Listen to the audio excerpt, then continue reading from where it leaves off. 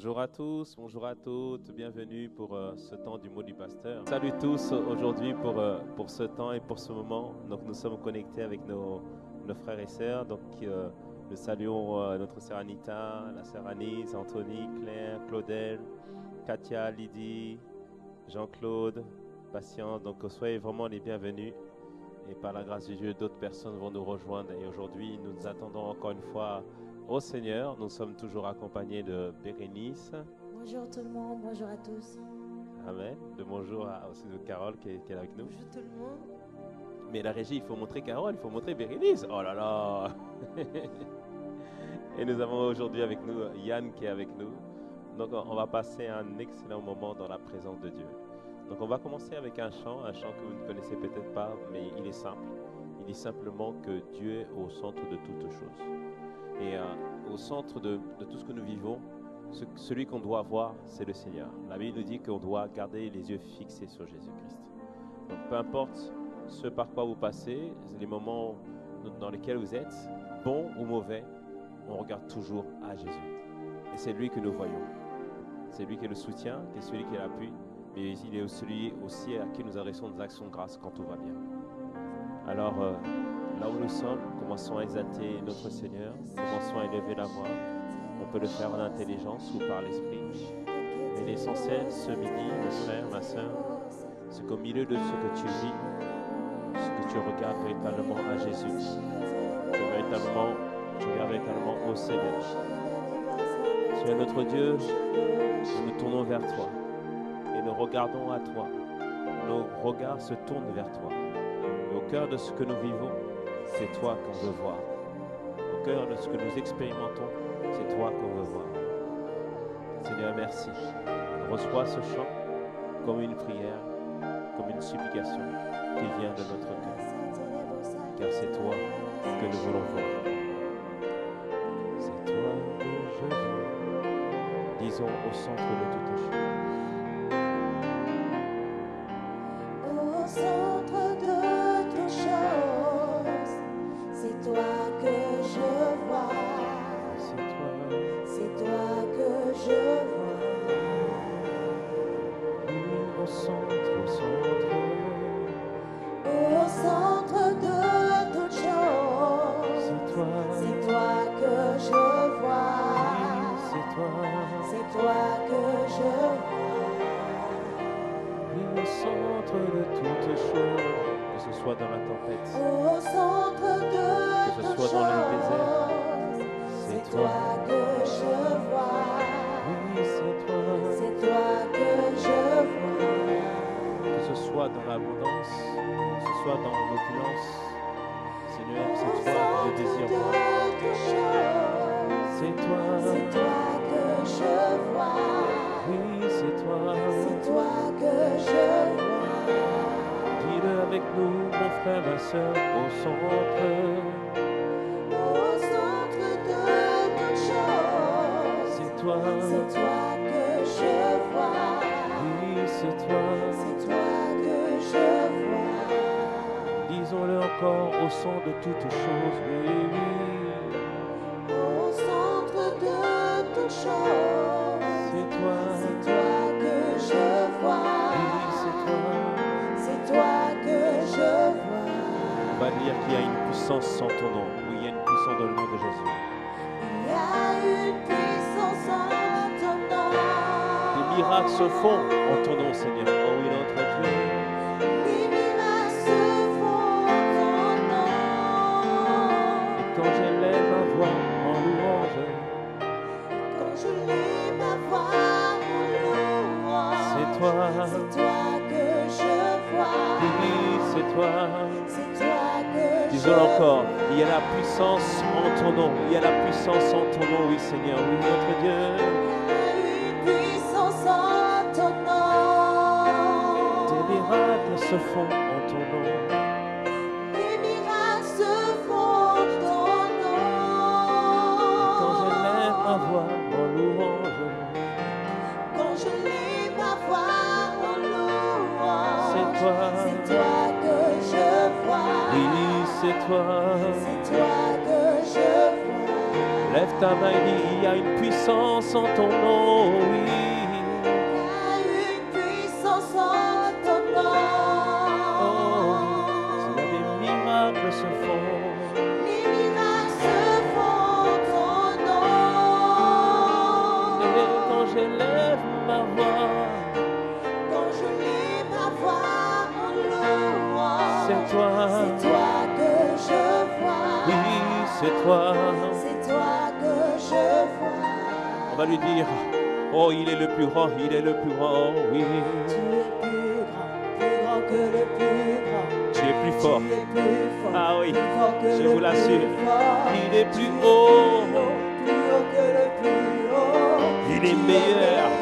meilleur que le meilleur. Disons qu'il est plus Tu grand, es plus grand que le plus tu grand. es plus Tu fort, es plus fort que le plus tu fort. es plus Tu haut, es plus haut que le plus haut. tu es Tu meilleur. es meilleur que le meilleur. Déclare-le mon frère, plus grand. Plus grand que le plus Tu grand. es plus Tu fort, es plus fort que le plus tu fort. es plus Tu haut, es plus haut que le plus haut. tu es meilleur, meilleur que le meilleur. tu es plus Tu es grand, plus grand que le tu plus es grand. plus Tu fort, es plus fort que le plus tu fort. es plus Tu haut, es plus haut que le plus oui, haut. tu es meilleur, meilleur que le meilleur. tu es plus grand, Plus grand que le plus tu grand. es plus Tu fort, es plus fort que le plus tu fort. es plus Tu es haut, plus haut que le plus tu haut. es Tu es meilleur, meilleur que le meilleur. encore plus Tu es grand, plus grand que le tu plus es fort. plus Tu fort, es plus fort que le plus tu fort. es plus Tu es haut, plus haut que le plus tu haut. es Tu es meilleur, meilleur que le tu meilleur. es plus Tu es grand, plus grand que le plus grand. tu es Tu plus es fort, plus fort que le plus fort. tu es plus Tu es haut, plus haut que le plus haut. tu es meilleur. Meilleur que le meilleur. Maintenant, avec tes propres mots, déclare-le là où tu te trouves. Peu importe la situation par laquelle tu passes, dans laquelle tu te trouves. Regarde ce matin, ce midi, ce soir, au moment où tu écoutes ce message, au moment où tu es connecté à cette voix. Rends grâce éternellement à notre Dieu et proclame sa grandeur. Annonce qu'il est plus grand, plus fort, plus meilleur, plus haut. Annonce-le, déclare-le, car c'est la prière de la foi qui sauvera le juste. C'est la parole de la foi qui sauvera le juste. Père, écoute nos déclarations. Nous voulons publier, déclarer ta grandeur ce midi. Nous voulons annoncer à nos situations que toi, tu es plus grand. Nous voulons proclamer à nos situations que toi, tu es plus fort. Nous voulons déclarer à ces montagnes que toi, tu es plus haut. Et nous voulons déclarer que tu es la meilleure chose que nous avons. Oui, Plus grand que le plus grand. tu Tu es. es plus fort que le plus fort. Oui, tu Tu es es. meilleur que le meilleur. Oh oui, encore une fois. Plus haut que le plus haut. Tu es plus grand que le plus Tu grand. es plus Tu es fort. plus fort que le plus Tu es fort. plus Tu es haut. plus haut que le plus Tu haut. es Tu es meilleur. meilleur que le meilleur. C'est pourquoi nous le déclarons. Jésus, Nous le publions. Jésus, Nous voulons appeler ce nom de la restauration parfaite, le nom du salut parfait, le nom de la guérison, oui, le merveilleux nom. Alors bien-aimé, nous allons compter jusqu'à 3. Et là où tu te trouves, tu vas crier Jésus. Si tu ne peux pas crier là où tu te trouves, pense simplement à ce nom dans ton cœur. Ce nom a été capable de sauver quelqu'un même lorsqu'il dormait. Rien qu'à la pensée de ce nom, un miracle se produit. Alors bien-aimé, nous allons compter à 3. Et à 3, tu cries un Jésus. Ah oui, Seigneur notre Dieu. Ton nom fait des miracles. Ton nom fait des prodiges. Ton nom renferme une puissance. C'est pourquoi nous voulons le crier de tout notre cœur. 1, 2, 3. Crie Jésus. Disons Jésus. Jésus, Oui, Toi notre Seigneur, toi notre Dieu. Nous crions à toi. Nous crions à toi. Nous t'appelons. Tes justes cris. Délivre-nous, Seigneur. Viens nous visiter. Viens faire la différence. Entends nos supplications. Entends nos cris. Oui, nous crions à toi. Oui, nous soupirons. Oui, Seigneur, entends. Et délivre-nous. Oui, Jésus. Jésus. Prends le temps de penser à ce nom. Combien d'innombrables miracles ont été accomplis par ce nom. Des milliards de personnes ont été sauvées par ce nom. Des millions ont été guéris par ce nom. Des millions délivrés par ce nom. Et ce n'est des milliards. Seigneur, merci. Il y a une puissance en ton nom. Les miracles se font en ton nom. Et ce matin, ce midi, ce soir, au moment où nous écoutons cette prédication, nous sommes tous rassemblés en ton nom. Là où 2 ou 3 sont rassemblés en ton nom, tu es au milieu d'eux. Alors tu es avec nous aujourd'hui. Tu as agi sans demande, sans requête, juste parce que nous avons pensé à ton nom. Nous avons sanctifié ton nom. Seigneur, nous l'avons mis au-dessus de tout. Alors, Père, nous savons que tu agis et tu fais des grandes choses, Seigneur, au milieu de nous. Père, nous te remercions et nous te recommandons ce temps entre tes mains. Merci, est-ce que tu prends le contrôle? Au nom de Jésus. Oh, merci, Seigneur, pour ton nom. Merci, Seigneur. Que quelqu'un dise un bon Amen.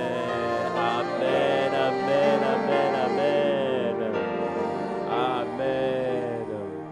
Le nom de Jésus bien-aimé. Nous ne sommes point démunis. Nous avons un nom qui est au-dessus de tous les noms. Au-dessus de tout ce qui peut se nommer dans le ciel, sur la terre et sous la terre. Et au-dessus de tout ce qui peut se nommer dans le siècle passé, dans le siècle présent et dans le siècle à venir. Si tu as besoin de secours, appelle ce nom. Si tu as besoin de délivrance, appelle ce nom. Alléluia, le nom de Jésus accomplit de grands miracles. Encore une fois, bienvenue à toutes et bienvenue à tous pour ce moment. On s'attend véritablement au Seigneur pendant ce moment de partage et pendant ce moment où nous allons nous entretenir de la parole de Dieu.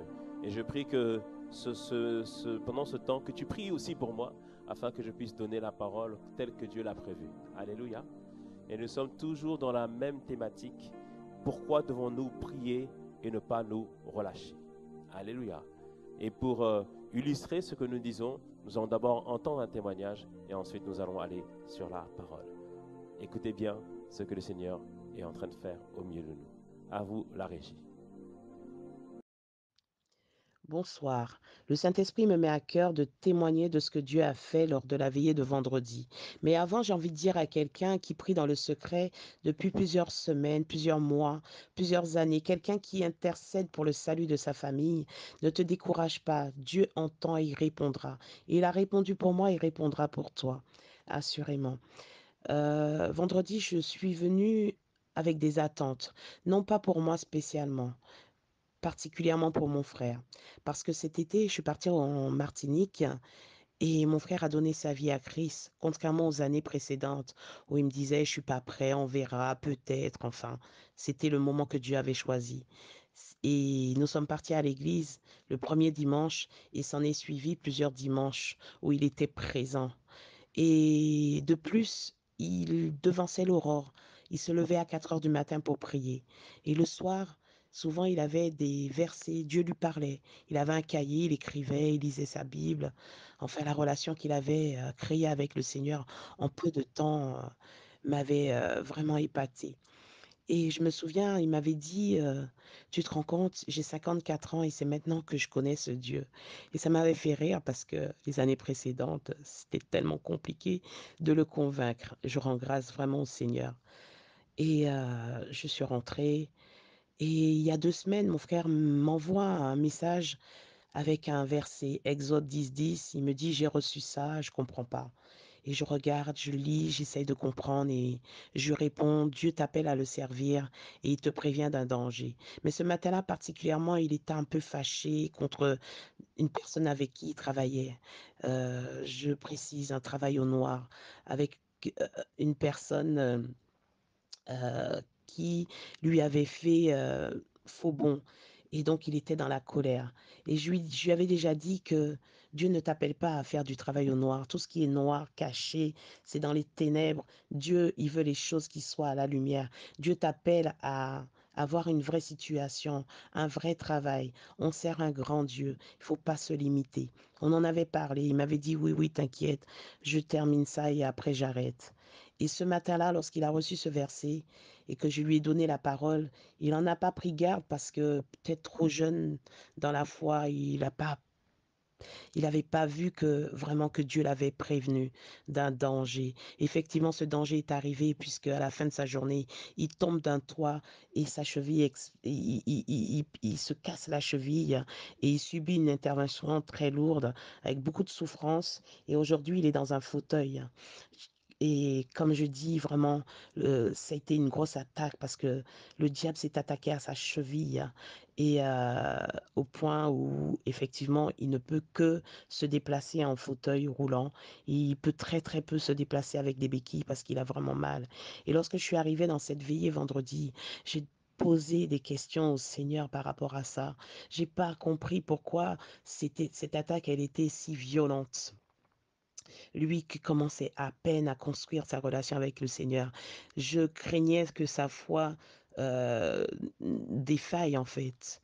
Et donc la première parole que le pasteur Mateta, euh, le premier verset que le pasteur Mateta donne, enfin l'un des versets qu'il donne ce soir-là, je l'envoie à mon frère parce que je trouve que ce verset correspond à sa situation, puisque le Seigneur dit, cette maladie, moi je comprends comme cette épreuve n'est point à la mort, mais elle est pour la gloire de Dieu, afin que le Fils de Dieu soit glorifié par elle. Donc j'envoie ce verset à mon frère pour l'encourager. Je continue la veiller, je continue à intercéder, à prier pour lui de toutes mes forces, en demandant au Seigneur vraiment sa grâce, qu'il ne souffre plus, parce que quand je l'avais eu l'après-midi, il était dans une telle souffrance, je trouvais ça vraiment anormal. Et, pendant la veillée, j'ai beaucoup prié pour lui. Et à un moment, j'ai dit au Seigneur, je veux être le point de contact pour mon frère.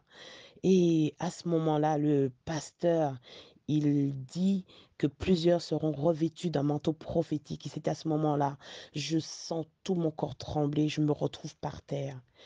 Je me suis même dit, c'est pour lui ou c'est pour moi? Et tout ça pour dire que Dieu a répondu. Dieu, dans, à ce moment-là, je me suis dit, heu, c'est Dieu qui répond. Dieu me rassure. Et voilà, quand je suis rentrée à la maison, j'avais qu'une hâte, c'est de pouvoir prendre mon téléphone et de les appeler. Mais comme il y a le décalage horaire, j'ai dû attendre à mon réveil. Et quand j'ai appelé ma mère, elle m'a dit: «Oh, ton frère, il va bien aujourd'hui» et cetera. Donc là, j'ai envie de dire, vraiment, Dieu est bon et j'ai envie d'encourager quelqu'un. Vraiment, quelles que soient les tribulations, Dieu a dit que nous vaincrons. Donc, ne te décourage pas. Dieu est avec nous. Quel que soit ce qui se passe, on ne regarde pas au problème. On regarde à Dieu. Dieu a un plan. Les plans de Dieu sont parfaits et je le crois. Et je crois que ce qui est en train de se passer dans la vie de mon frère, Dieu va glorifier son nom. Parce que ma mère aujourd'hui, elle est catholique. C'est clair que pour une maman, elle dit, depuis que son fils est parti à l'église, depuis que son fils a donné sa vie à Christ, il a des tribulations. L'année précédente, c'était mon petit frère qui avait donné sa vie à Christ. Et là encore, c'est un témoignage parce que vraiment, ça s'est c'est fait d'une manière qu'il n'y a que Dieu qui puisse faire de telles choses. Donc j'ai envie de dire à quelqu'un, persévère dans la prière, ne lâche pas, même si les choses paraissent compliquées. Dieu ne nous donne pas des épreuves au-dessus de nos forces. Donc je crois que Dieu est à l'œuvre et je crois que le témoignage suivant arrive. Alors soyez tous bénis et croyez que le Dieu compris est un grand Dieu, qu'il est tout puissant. Voilà, c'était mon témoignage. Soyez tous bénis et à bientôt. Amen, amen. Est-ce qu'on peut acclamer le Seigneur pour cet excellent témoignage qui nous montre pourquoi il faut prier et ne jamais se relâcher. Amen. La première chose dans ce témoignage, comme nous l'avons vu, c'est que notre sœur a continué à prier, à intercéder. Pourquoi? Pour que son frère, sa famille puisse recevoir l'évangile. Et aujourd'hui, on veut assister à comprendre que nos prières peuvent permettre à quelqu'un et à nous-mêmes de pouvoir maintenant recevoir l'évangile, voir la splendeur de l'évangile. Et on va d'abord parler de la pensée. On va expliquer que le diable, pour nous cadenasser, pour nous bloquer, il veut prendre le contrôle de notre pensée. Et je vais d'abord vous montrer une image. Est-ce que la MCM, vous pouvez montrer cette image toujours pour nous montrer une illustration de la prière? Vous pouvez montrer l'image, s'il vous plaît? Donc, qu'est-ce que vous voyez sur cette image? Par rapport à la prière, ça vous fait penser à quoi? Dites-moi. Mettez-moi dans le chat. Ça vous fait penser à quoi? Donc, pour ceux qui sont au téléphone, donc on voit deux hommes en train de faire une partie de bras de fer. Donc, ça vous fait penser à quoi, justement, au niveau de la prière? Quelqu'un me dit un bras de fer, effectivement. Mais un bras de fer entre qui et qui? Quelqu'un dit le combat spirituel. Amen. Quelqu'un un combat. Amen. La force, l'endurance. Une guerre. Quelqu'un a mis. Le combat, rapport de force. Un duel, un combat. Ok, très bien. Vous avez mis un duel, un combat. Entre qui et qui? Dites-moi. Entre qui et qui? Combat entre nos pensées et ce que Dieu dit. Un bras de fer avec le camp de l'ennemi. Amen. Quoi d'autre encore? Entre le mal et le bien, entre deux adversaires, épreuve et foi, etc., etc. Amen, amen. Très bien, vous avez donné de très bonnes réponses. Amen, amen, amen. Et vous, qu'est-ce que vous dites? La même chose, un combat entre deux adversaires, un duel. Amen. Amen. Ça nous montre, bien aimé, dans notre vie de tous les jours, de chaque instant, il y a un combat qui se fait. Il y a une guerre qui se fait. Et nous sommes l'enjeu d'une guerre. Et le but, l'enjeu de la guerre, c'est qui va prendre le contrôle de notre vie. Et le diable, par la ruse, veut prendre le contrôle de nos pensées. Et en ce moment, à l'Église, nous parlons de comment vaincre les forteresses. Pourquoi? C'est important, on va le voir ensemble. C'est que premier point, tu peux le noter. Le premier point, c'est que notre vie est le reflet de ce que nous pensons. Notre vie est le reflet de ce que nous pensons. 3 Jean au verset 2, il nous dit, bien-aimé, je souhaite que tu prospères à tous égards et sois en bonne santé comme prospère l'état de ton âme. Ce verset nous dit que le niveau de prospérité que nous aurons dans la vie va dépendre de l'état de notre âme. Quand on parle de notre âme, c'est notre système de pensée, ce que nous pensons. Donc on peut en déduire que notre vie est le reflet de nos pensées. Alléluia. Et nous le reconnaissons parce que beaucoup de décisions que nous avons pu prendre dans la vie, c'était le reflet de nos pensées. C'est sur la base de nos pensées, sur la base de ce que nous connaissons que nous avons pris certaines décisions. Et d'ailleurs, certains se dit, si j'avais su, j'allais prendre une autre décision. Donc on voit que notre système de pensée va déterminer ce que nous serons demain. Et même on peut aller plus loin. Notre esprit est disposé à faire la volonté de Dieu. Mais il y a une personne qui passe son temps à analyser les paroles que nous recevons, qui passe son temps à analyser ce que Dieu dit et qui parfois bloque ce que Dieu veut faire. Cette personne, c'est qui? Notre raisonnement, c'est-à-dire nous-mêmes, notre propre pensée. Ce n'est pas le diable, c'est notre propre pensée. Alléluia. Et quelqu'un a dit ceci, sème une pensée, tu moissonneras une action. Sème une action, tu récolteras une habitude. Sème une habitude, tu récolteras un caractère. Et sème un caractère, tu récolteras un destin. Je reprends. Sème une pensée, tu moissonneras une action. Sème une action, tu récolteras une habitude. Sème une habitude, tu récolteras un caractère. Et sème un caractère, tu récolteras un destin. Mais tout part d'une pensée. Donc ça veut dire que celui qui contrôle nos pensées va contrôler nos actions, va contrôler nos habitudes, va contrôler notre caractère et finalement va contrôler notre destinée. Alléluia. C'est pour ça que la Bible nous dit que le diable va voiler l'intelligence des personnes pour qu'ils puissent comprendre l'évangile. Par exemple, 2 Corinthiens 4, versets 3 à 4 nous dit « Si notre évangile est encore voilé, il est voilé pour ceux qui périssent, pour les incrédules dont le Dieu de ce siècle, on parle ici de Satan, a aveuglé l'intelligence, c'est-à-dire qu'il a obscurci, il a mis leurs pensées dans les ténèbres, afin qu'ils ne visent pas briller la splendeur de l'évangile, de la gloire de Christ qui est l'image de Dieu. » 2 Corinthiens 4, versets 3 et 4. Ce verset nous dit quoi? Que l'ennemi fait tout pour empêcher les personnes de recevoir l'évangile. Comment? Il met un voile sur leur intelligence, sur leurs pensées, pour qu'ils ne comprennent pas, pour qu'ils ne voient pas la splendeur de l'évangile. Ils vont utiliser des courants de pensée pour que les gens s'opposent à l'évangile. Par exemple, à un moment donné, à l'époque, on parlait de la pensée carpe diem. Carpe diem, c'est-à-dire fais ce que tu veux. Et ça, c'est le rejet de Dieu, plutôt profiter simplement de la vie. Ça, c'est un système de pensée inspiré par l'ennemi qui poussait les gens à profiter de la vie sans se préoccuper de Dieu. Il y a eu la pensée humanisme où on dit que l'homme est son propre Dieu. Tout cela, c'est un système de pensée, un voile que le diable a mis sur les nations. Et pourquoi nos familles ne reçoivent pas l'évangile? Parce qu'il y a ce voile qui est là, qui empêche leur pensée de voir la splendeur de l'évangile. Voir la splendeur de l'évangile, c'est-à-dire que lorsqu'on leur parle de Jésus, qu'ils puissent comprendre, waouh, Jésus est la solution. Est-ce que ça vous est déjà arrivé de témoigner et les gens disent, oh, moi c'est déjà arrivé. Je ne sais pas pour vous, c'est déjà arrivé. Mais qu'est-ce qui fait que les gens sont empêchés de comprendre cela? C'est parce que le diable a mis un voile sur leur pensée, sur leur intelligence, afin qu'ils puissent comprendre. Amen. Mais qu'est-ce qui permet de ce que ce voile puisse être déchiré? La Bible nous dit ceci en Ésaïe 25, verset 7. Ésaïe 25, verset 7, il dit ceci.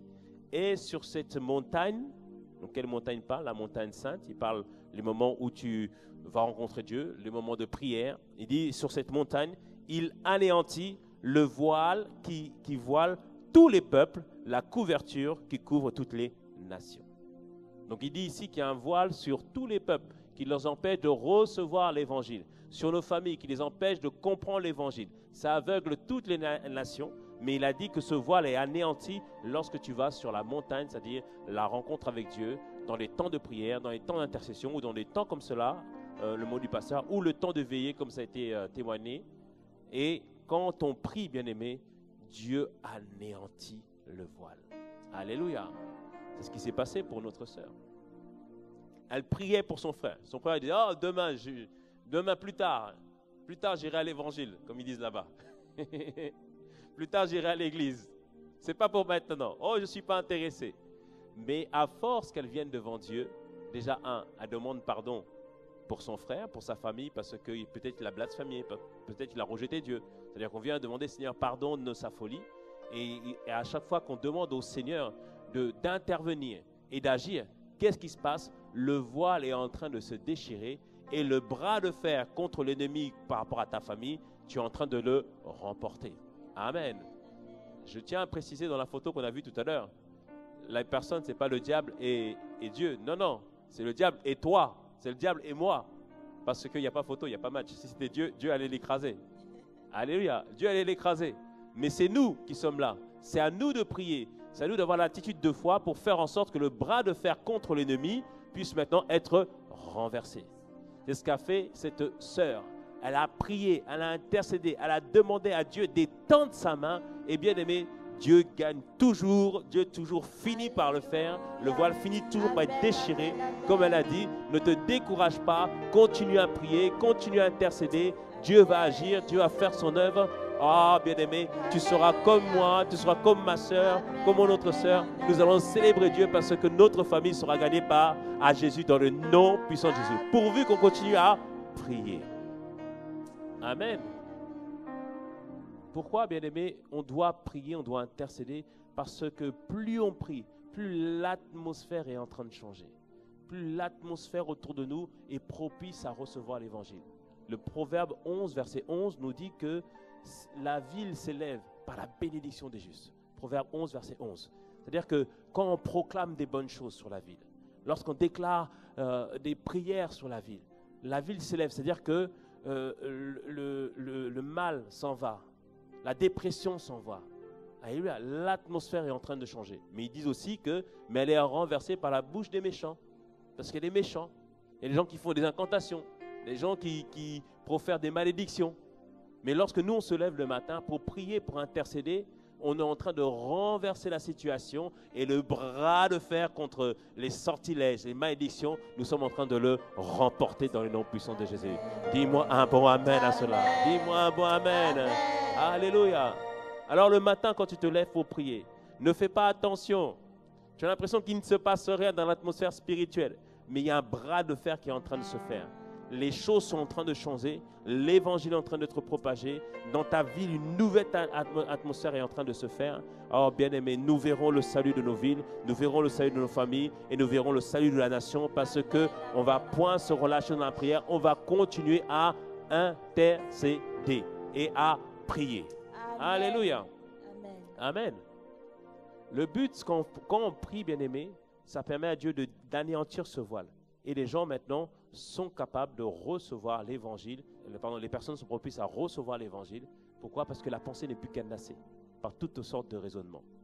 Quand vous voyez dans le gouvernement, ils veulent voter des lois bizarres. Bien aimé, c'est parce que leur pensée est cadenassée. Alléluia. Quand c'est comme ça, il ne faut pas juste dire « Oh, mais ils prennent des mauvaises décisions. » Non, non.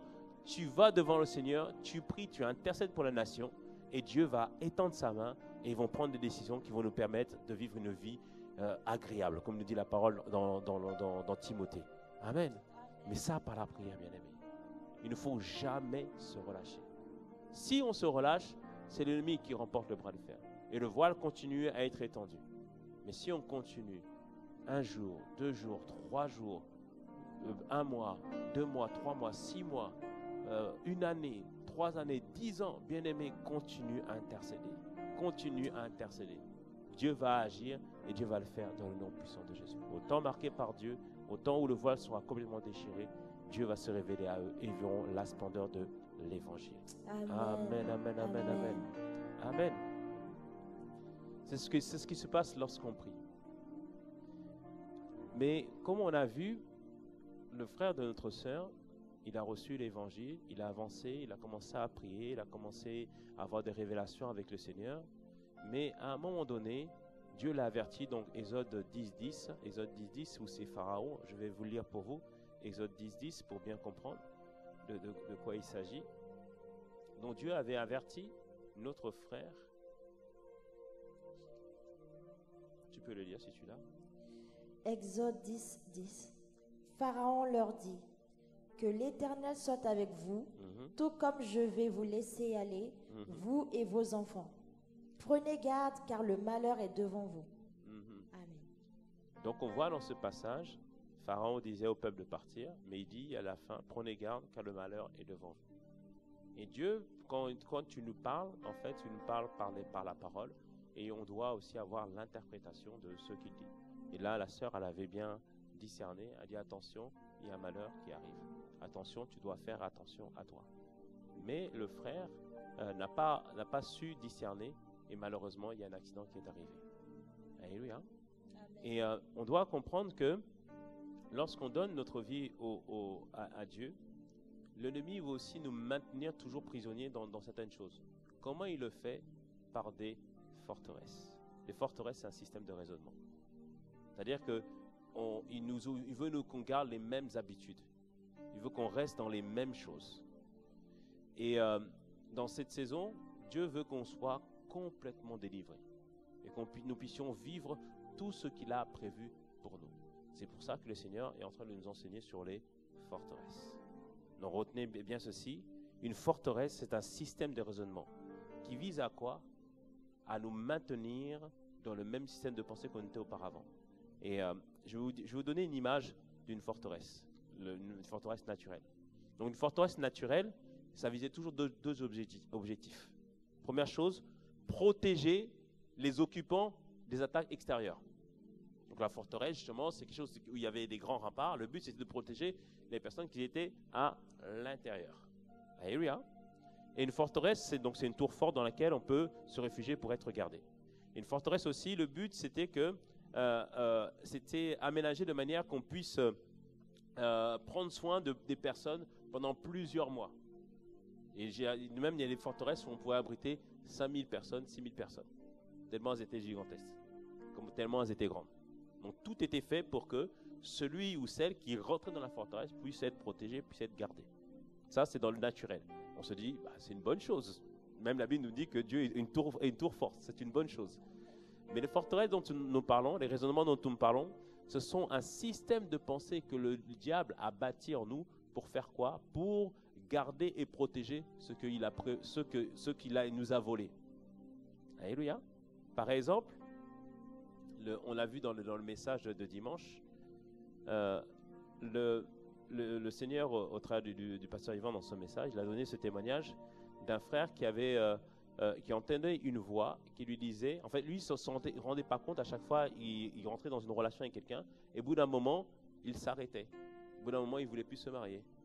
Parce qu'il ne savait pas ce qui lui arrivait, ce qui lui était arrivé. Et même quand il s'est marié, après, il n'était pas heureux dans ce mariage. Mais pourquoi cela lui est arrivé? Ce n'est pas qu'il ne voulait pas être heureux, il voulait être heureux.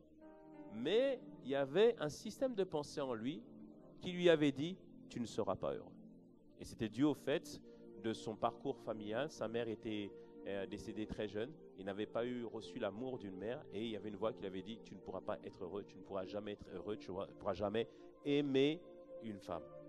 Et ça, bien aimé, c'est un système de pensée, un raisonnement que le diable a mis en lui. Et le but, c'était quoi? C'était de protéger et de garder la joie qu'il avait. Le diable avait canassé la joie. Il avait mis cette joie dans une forteresse appelée dépression, appelée pensée de tristesse. Il avait canassé cette joie dans la forteresse. Est-ce que vous comprenez? Donc le but du diable, c'est qu'il nous a volé certaines choses. Et il cache ces choses dans une forteresse, dans un système de raisonnement. Et cet homme, lui, c'était la joie qu'on lui avait volée, et le diable avait canassé cette tristesse, cette joie dans la forteresse, dans le raisonnement de la tristesse. Donc il pouvait être avec des gens en train d'être heureux, en train de s'amuser, rigoler, tout ça, etc., en train d'être joyeux, et puis tout d'un coup, boum, d'un seul coup, il est plus joyeux, il est triste. Qu'est-ce qui se passe? Le système de pensée de la tristesse a bloqué cette personne dans cette forteresse, donc sa joie lui a été prise. Et comme l'a dit son serviteur, on ne doit pas négliger cela, parce que c'est comme ça que le diable nous empêche de jouir de tout ce que Dieu a prévu pour nous. Amen. Et c'est ce qui nous empêche de vivre vraiment ce que le diable a prévu, ce que Dieu a prévu pour nous. Amen. Et comme l'a dit son serviteur, on ne doit pas négliger cela. Et par l'art de la prière, et on verra dans les prochaines semaines, on peut sortir de ces forteresses-là. Mais il faut d'abord en être conscient. Moi, quand j'avais démarré avec le Seigneur, j'avais remarqué cette attitude, en fait, d'être un peu triste. Où effectivement, des fois, où je m'asseyais, on était avec des amis, on rigolait, on était en vacances, tout se passait bien, et tout d'un coup, poum, j'étais un peu bougron, un peu triste et tout ça. Je me suis dit, c'est pas normal. Parce que la Bible nous dit que le royaume de cieux ne consiste pas dans le manger et le boire, donc ça c'est dans le livre de Romains, mais c'est la paix, la justice et la joie par le Saint-Esprit. Romains 14, 17, il me semble. Alors, vous pouvez mettre le passage? Et quand j'ai vu ça, je me suis dit non, je dois vivre cette joie-là en fait. On va juste prendre le passage, qu'on comprenne bien. Romains 14, 17, merci Seigneur. Donc, Romains 14, 17, car le royaume de Dieu, ce n'est pas le manger et le boire, mais la justice, la paix et la joie par le Saint-Esprit. Donc quand j'ai vu ce verset, je dis, mais attends, j'ai le Saint-Esprit. Pourquoi j'étais sûr d'avoir le Saint-Esprit? Parce que je donne ma vie au Seigneur Jésus-Christ. La Bible dit qu'il vient résider en moi. Amen. Donc j'ai le Saint-Esprit. Donc si j'ai le Saint-Esprit, j'ai la justice de Dieu. La justice, c'est être justifié devant le Seigneur. parfois, par rapport à ce qu'on fait, ou les erreurs qu'on a pu faire auparavant, le diable nous fait croire que nous ne sommes pas dignes. Et on a tous fait des erreurs, on a tous fait des fautes. Et moi, des fois, il y avait une voix qui voulait me ramener dans la culpabilité, parfois. Et un jour, j'étais à KICC, on était avec la chorale, et une fois on avait fini, il y a une dame qui m'a dit, « Monsieur, achetez ce coffret. » Et ce coffret, c'était The Force of Righteousness, la force de la justification. Je dis, ok, pourquoi pas. Elle m'a dit, en plus, il est en promo. Je dis, ok, je vais le prendre.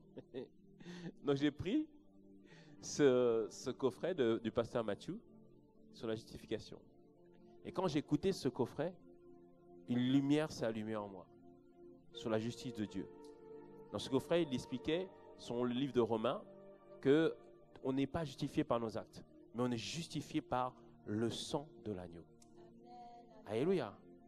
Et il a donné une définition de la justification que j'ai retenue. Cette définition, c'est que être justifié devant Dieu, c'est la possibilité de devenir devant le Seigneur sans aucun sentiment de péché, aucun sentiment de culpabilité, ni aucun sentiment d'infériorité. Je reprends.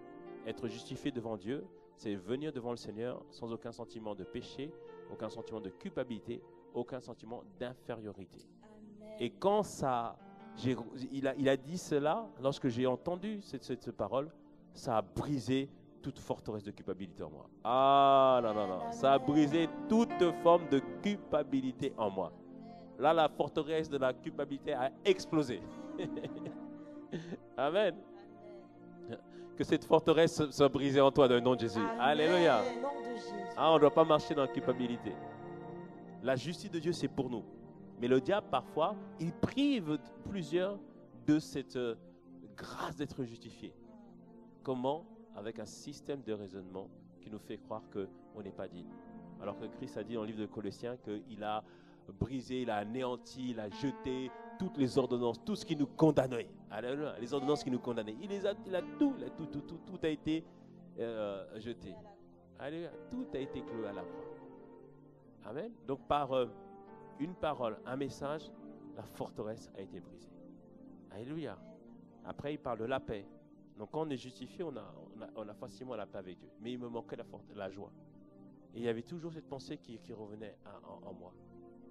Mais j'ai dit non, je refuse. Dis que moi je refuse. Je refuse. Et vous, qu'est-ce que vous refusez sur Internet? Qu'est-ce que vous refusez? J'ai dit non, je refuse. Je refuse ça. Mon héritage, il y a la joie dedans. Alléluia. Donc qu'est-ce que j'ai fait? Alors que j'étais en vacances avec des amis, alors qu'eux ils dormaient tous, moi je me levais tôt, je prenais ce passage de Romains 14-17 et je prenais aussi Galates 5-22 qui dit que parmi les fruits de l'esprit, parmi le fruit de l'esprit, il y a la joie. Je dis Seigneur, la joie doit être mon partage. J'ai dit la joie doit être mon partage. Amen. Alléluia. Et je priais, je dis Seigneur, la joie est mon partage. J'ai dit la joie est mon partage. Alléluia. J'ai prié une première journée. Dans la journée, j'étais pas super joyeux. J'ai dit c'est pas grave. Comme on l'a vu, c'est un bras de fer et j'ai pas encore baissé les bras. Je suis revenu le lendemain.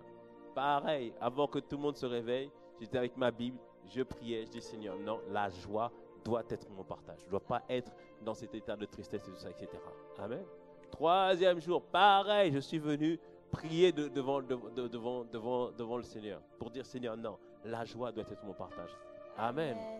Et bien aimé, ça a marché. Alléluia. Ça a marché. Quelqu'un me dit un bon amen. Alléluia. La joie du Seigneur est ma force. Quelqu'un me dit un bon amen. La joie du Seigneur est ma force. Alléluia. Et tu savais toutes les tribulations parfois que je passe. Là, la joie du Seigneur est ma force. Amen. Amen. J'ai appris, bien aimé, dans la prière, à aller prendre possession de mon héritage. La joie est mon héritage. La joie est ton héritage. Et comme je l'ai dit, ça ne s'est pas fait en une journée, bien aimé. Non, non, ça, pour moi, ça a été 3 jours. Et c'est pareil, il y a plusieurs domaines dans lesquels, en fait, l'ennemi cadenasse ces choses-là dans une forteresse. Et on va le voir après dans les prédications que le pasteur Yvan, les étapes pour sortir des forteresses. Mais ça commence déjà, bien aimé, à prendre conscience qu'il y a une forteresse. Et ça commence par prendre conscience que par l'arme de la prière, dire Seigneur, tu vas me donner la solution pour cette situation. Tu vas me donner de vivre cela dans le nom puissant de Jésus. Amen. Tout cela est renfermé dans une forteresse que l'ennemi a mis en nous. Et lorsqu'on crie à Dieu, Dieu nous délivre de toutes nos détresses.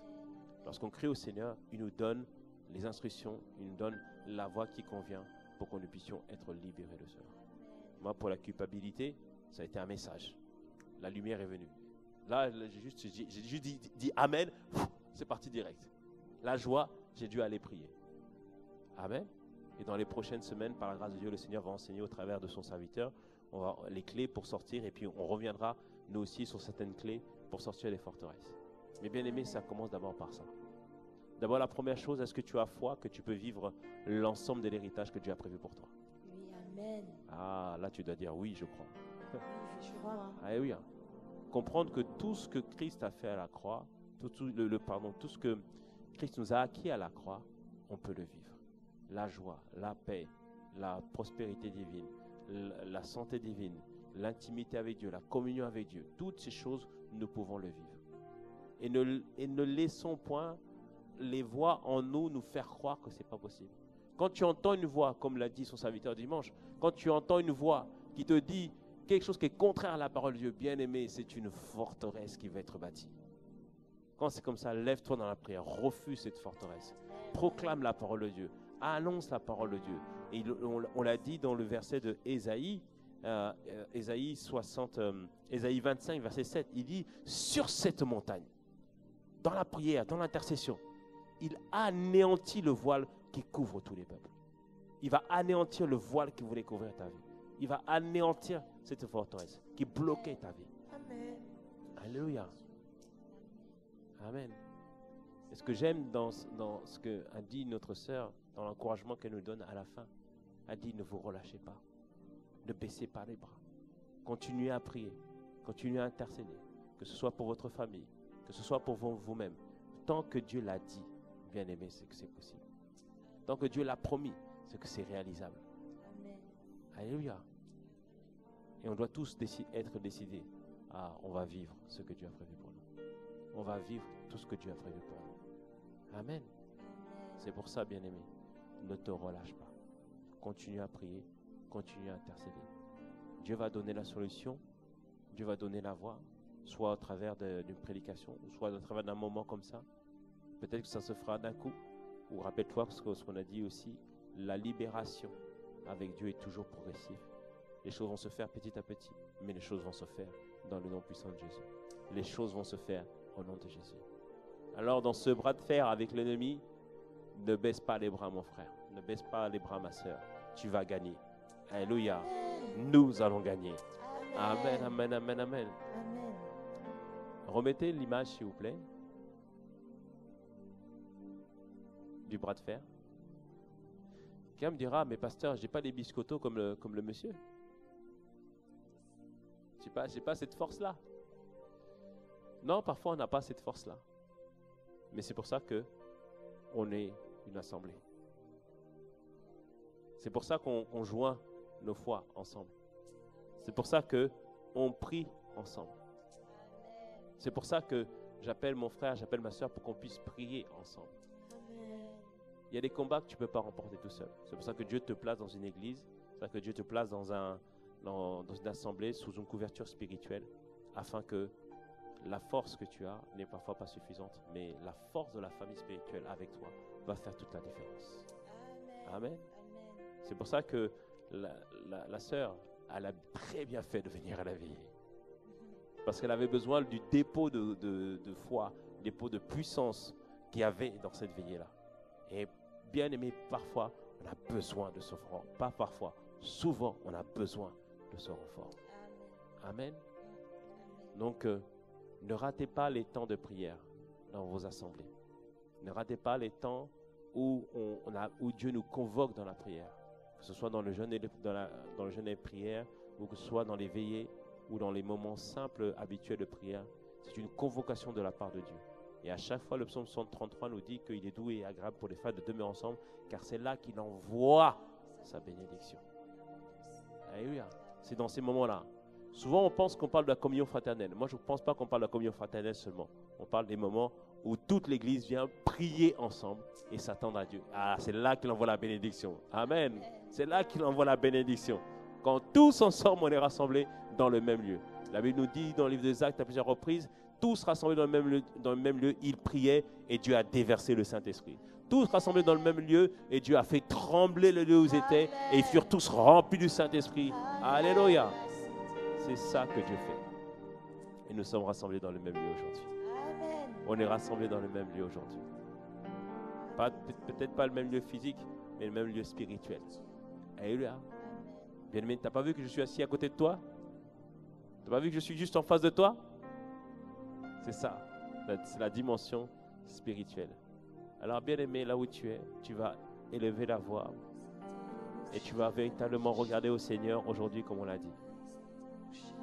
Et je sais que alors qu'on a parlé, alors qu'on a donné ces témoignages par rapport à la culpabilité et la joie, on a exprimé que le diable veut mettre un voile sur nous.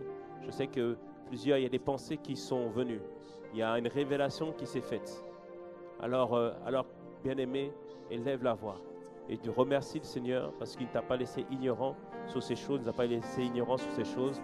Et il veut nous sortir, nous tous, de toute forme de forteresse, toute forme de système de pensée qui nous empêche de voir et de vivre ce que Dieu a prévu pour nous. Seigneur Père, aujourd'hui, nous venons devant toi. Et Seigneur, nous te remercions parce que tu as illuminé les yeux de notre cœur afin que nous puissions voir. Tu as illuminé les yeux de notre cœur et tu continues à les illuminer au travers des prédications que nous recevons afin que nous puissions discerner, Seigneur, quelles sont les forteresses que le diable, Seigneur, a mis dans nos vies pour cadenasser ce que toi tu as prévu pour nous, Seigneur. Père, il y a des choses que nous devons vivre, il y a des choses que le diable a volées. Et Seigneur, il le maintient au travers d'une forteresse. Mais aujourd'hui, sur cette montagne de prière, cette montagne d'intercession, Père, tu révèles les choses cachées et tu révèles ce que l'ennemi a cadenassé, comme tu l'as fait, Seigneur, pour plusieurs, comme tu l'as fait pour moi, Seigneur. Père, alors que nous sommes en train de prier, nous te demandons, Père, révèle, Seigneur, Père, révèle, Seigneur, ceux qui bloquaient, ceux qui empêchaient, Seigneur. Père, ne permets pas que le voile, Seigneur, qui voile, Seigneur, nos vies, ou qui voile la vie de nos familles, Seigneur, Père, continue à agir. Non, Père, sur cette montagne, tu dis que tu anéantis toute forme de voile, toute forme de ténèbres, et tu détruis toute forme de forteresse dans le nom puissant de Jésus.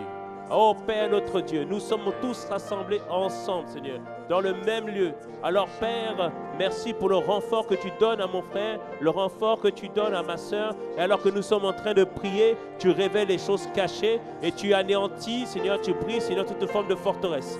Père, d'abord la forteresse de l'incrédulité sur nos familles. Nous prions maintenant dans le nom de Jésus que tu délivres, Seigneur, nos familles de toute forme de raisonnement qui les empêchait de recevoir l'évangile.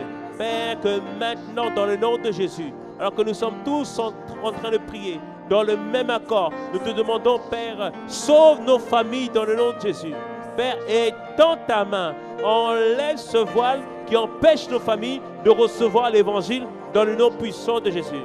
Je vois dans cette famille, il y a une incantation qui a été faite, une malédiction qui a été annoncée, un pacte qui a été fait, que ta famille ne recevra pas l'évangile, que nous déchirons toute forme d'alliance aujourd'hui dans le nom puissant de Jésus, puisque tu as une alliance qui est basée sur le sang. L'alliance du Christ parle plus que toute forme d'alliance qui a été signée, qui a été orchestrée depuis les temps anciens. Nous décrétons maintenant dans le nom de Jésus que les alliances sataniques sont brisées, renversées dans le nom de Jésus. Et maintenant, le voile est déchiré au nom puissant de Jésus.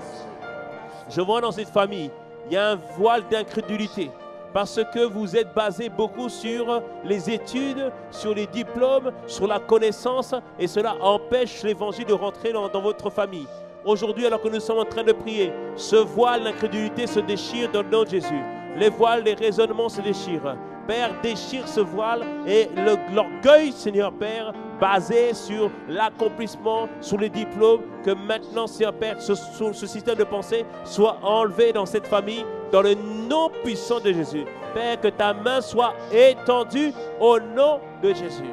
Père, repose-toi, Seigneur, sur cette famille dans le nom de Jésus.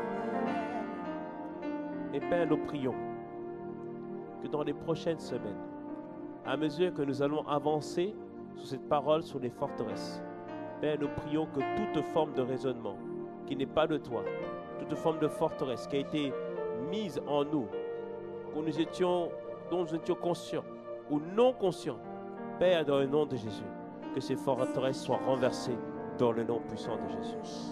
Père, nous reprendrons tout ce qui est à nous, tout ce que le diable a volé, tout ce que le diable a dérobé, nous allons le reprendre dans le nom puissant de Jésus.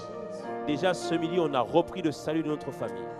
Dans les prochains jours, les prochaines semaines, nous allons reprendre la joie qui nous appartient, la prospérité qui nous appartient, la santé qui nous appartient, l'intimité, la communion avec Dieu qui nous appartient, les révélations, les mystères cachés. Nous allons reprendre dans le nom puissant de Jésus.